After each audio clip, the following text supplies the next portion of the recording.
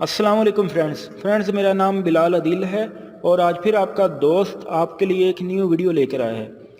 दोस्तों, इस वीडियो में हम आपको बताएंगे कि किस तरीके से हम अपने SCX4623F का जो है टूनर रिप्लेस करेंगे। ठीक है, टूनर रिप्लेस करने के लिए सबसे पहले आपने क्या करना है, आपने यहाँ से ये लॉक होगा, आपने इसको ओपन करना है। इस तरीके से आपने दोनों हाथ रख के, ये देखिए, दोनों हाथों से आपने एक हाथ इधर रखना है, एक हाथ इधर रखना है। ठीक है, मैं वीडियो बना रहा हूँ इस वजह से मैं इस तरीके से आपको ओपन करके दिखा रहा हूँ। ये देखिए, यहाँ से आपने अपनी तरफ खींचना और यहाँ से अपनी तरफ खींच के ये आपका जो है कवर ओपन हो जाएगा। जैसे ही आपका कवर ओपन होगा उसके बाद आपको यहाँ पर नज़र आ रहा होगा टूनर। ठीक है, यहाँ पर आपने इसको पकड़ के ऊपर की तरफ थोड़ा सा खींच के और इसको बाहर निकाल लेना है। ठीक है, ये देखिए,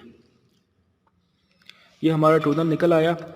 दोबारा टूनर लगाने के लिए आपने क्या करना है, टूनर को आपने इस तरीके से पकड़ना है। ये देखिए, ये वाली साइड आपने नीचे रखनी है। ठीक है, और ये वाली साइड आपने ऊपर रखनी है और थोड़ा सा इस तरीके से इस रुख में आपने इसको यहाँ पर इंसर्ट कर देना है। ये देखिए, यहाँ पर, ये देखिए, यहाँ पर इंसर्ट करने के बाद ये देखें, आपने इसको पुश कर देना है।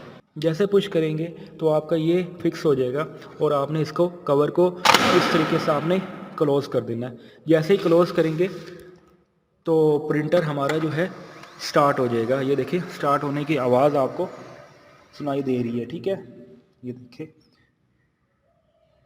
ओके फ्रेंड्स, मिलते हैं नेक्स्ट वीडियो में, तब तक हमें इजाज़त दीजिएगा और दुआओं में याद रखना। अल्लाह हाफिज़।